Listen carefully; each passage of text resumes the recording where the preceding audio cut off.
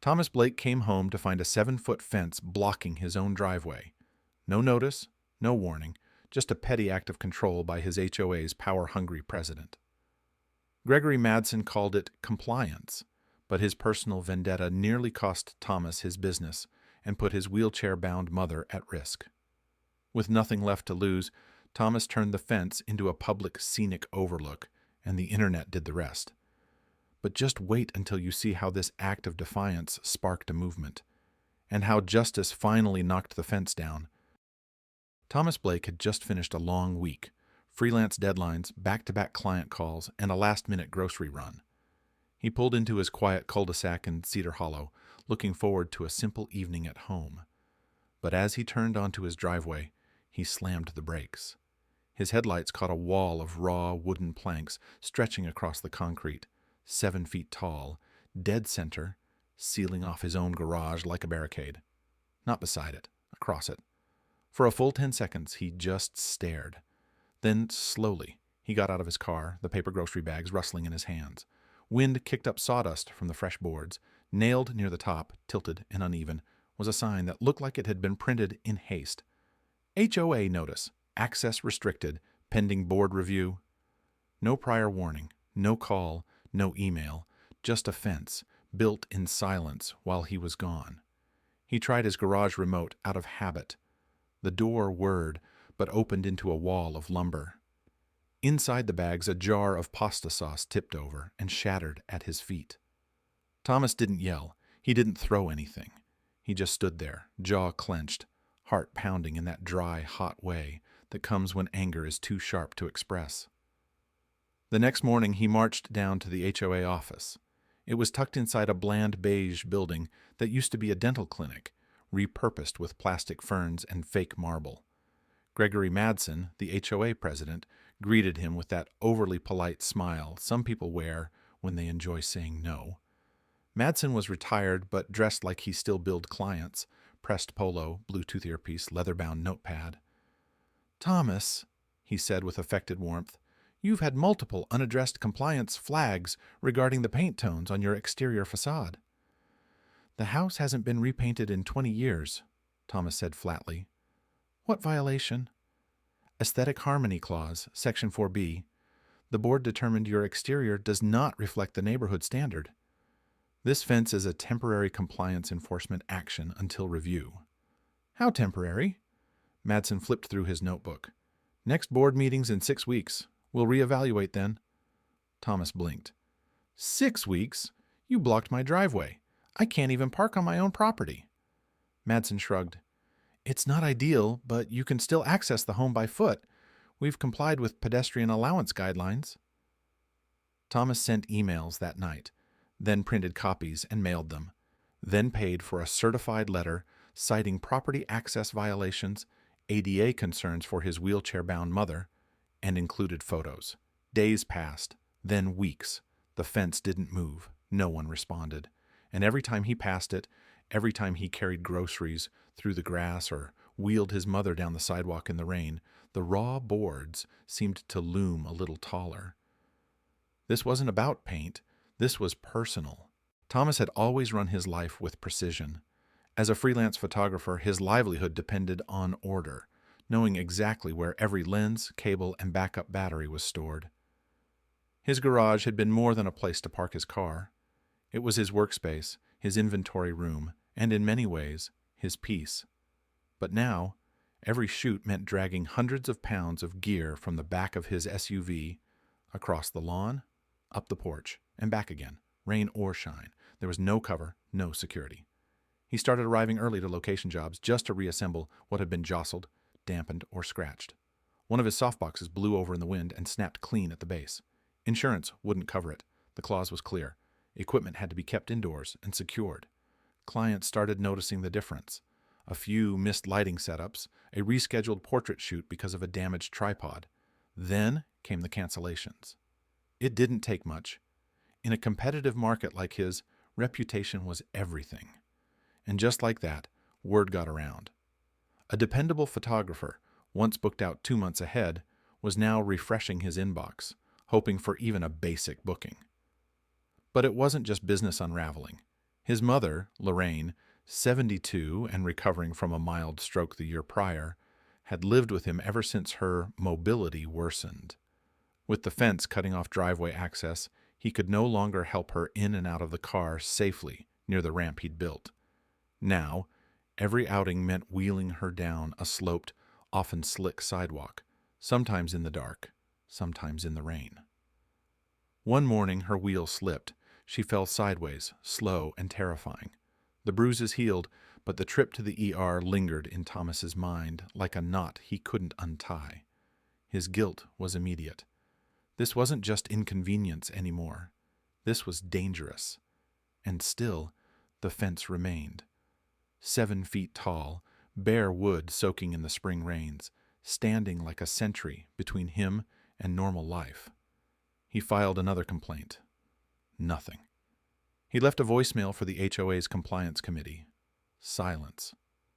And then, one day, walking back from the mailbox, Thomas overheard Gregory Madson chatting with a landscaper near the clubhouse parking lot. "I see Blake still has his little wall," Madson said with a grin, not bothering to whisper. "I call it Blake's Gate. Adds character, don't you think?" The landscaper chuckled awkwardly. Thomas didn't speak, just kept walking, fists tight, mind racing.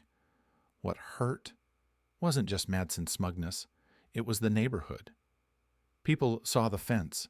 They saw him struggling with his mother, loading gear through the side yard, waving off potential clients in frustration. They saw it all and said nothing. The same families who once borrowed ladders from him or brought cookies at Christmas now averted their eyes. Maybe they feared the HOA. Maybe they didn't want trouble. Maybe they just didn't care. Whatever the reason, the silence felt like a second fence, higher, colder, and even harder to tear down. Thomas didn't break. He bent, yes, under pressure, under debt, under the weight of a life suddenly made harder by bureaucracy, but he never broke. Late nights became research sessions, county records, municipal zoning laws. He pored over HOA bylaws with a level of obsession normally reserved for true crime podcasts. And after days of digging, squinting at PDFs and margin notes, he found it. A single sentence in the local zoning code that changed everything. The HOA had the right to build a temporary compliance barrier on shared access points, but what they couldn't have, was jurisdiction over how a homeowner used their side of the line, as long as it didn't alter or damage the barrier itself. That was the crack in the wall, and Thomas had every intention of prying it open. The idea sparked from a memory. A drone video he'd once shot in the Pacific Northwest of a clifftop rest stop overlooking nothing but fog and trees. The video had gone viral for its absurd caption, $10 to view the abyss. Now he had his own absurd abyss, a 7-foot fence to nowhere.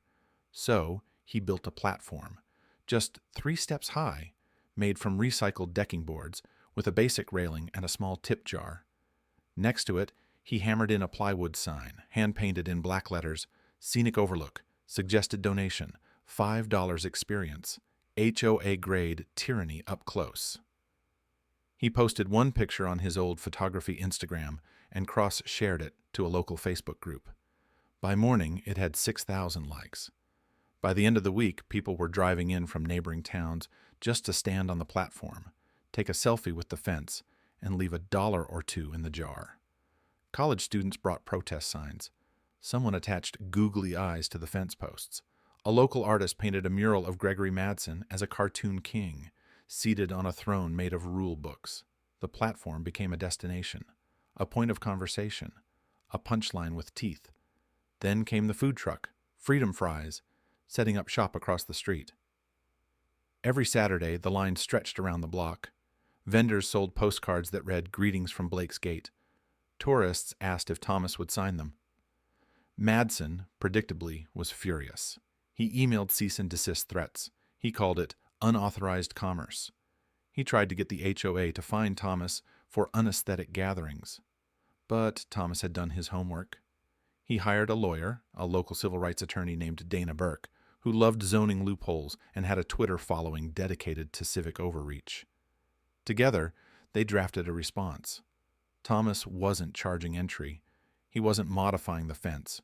He wasn't in violation of any law or HOA policy. In fact, every dollar was listed as a suggested donation, and the platform was technically a temporary photo structure on his private land. They couldn't touch it. What had started as humiliation had turned into performance art, protest, a platform in every sense of the word.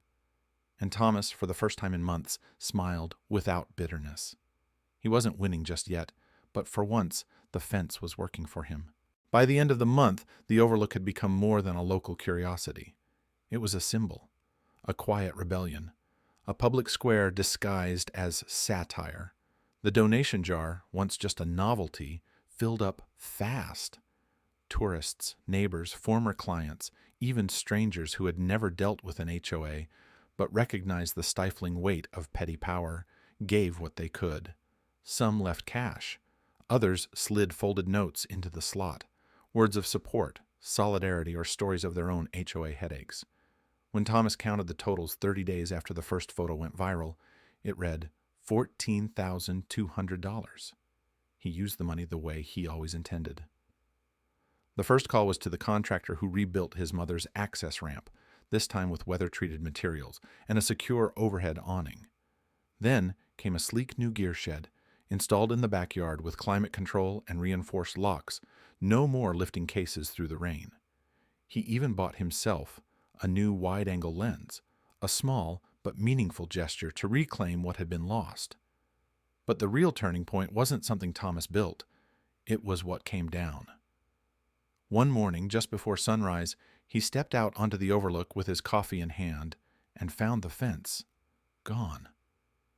No official notice, no ceremony, just an open driveway, raw earth where the posts had been pulled.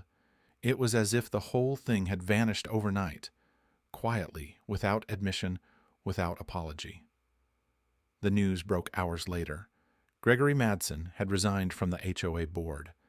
An anonymous source had leaked screenshots from a private group chat between board members, where Madson referred to Thomas as a lesson in compliance and mocked his mother's disability as inconvenient optics. Public backlash was swift. Even HOA loyalists turned their backs. Thomas didn't comment publicly. He didn't need to. Instead, he left the Overlook standing and gave it a new name, painted in neat, stenciled letters, the Blake Barrier Memorial Deck. What began as isolation transformed into a strange kind of gathering place. People came for the absurdity, but stayed for the conversation. They stood where the fence once loomed and talked to Thomas, to each other. Some shared similar horror stories, petty citations, fines for wind chimes, warnings for flowers planted too close to the sidewalk.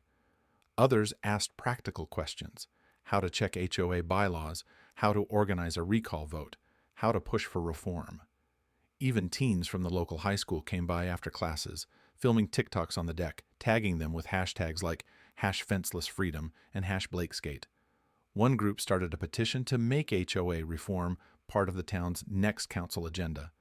Through it all, Thomas remained quietly present, listening, answering questions, handing out coffee some mornings, letting the story grow beyond him.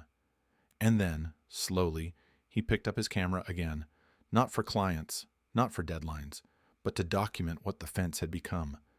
Not just the platform, but the people. Their faces, their notes, their laughter, in the spot where he once stood alone with a bag of shattered groceries. His first exhibit was small, just 10 photos, framed and displayed in a pop-up gallery downtown. The title, "Fences Make Good Starting Lines." It wasn't just about reclaiming space. It was about turning obstacles into invitations, about reminding people that even when a system tries to box you in, sometimes the best thing you can do is build a platform, then let the world step up and see for itself. And in that, Thomas Blake didn't just reclaim his driveway, he reclaimed his voice.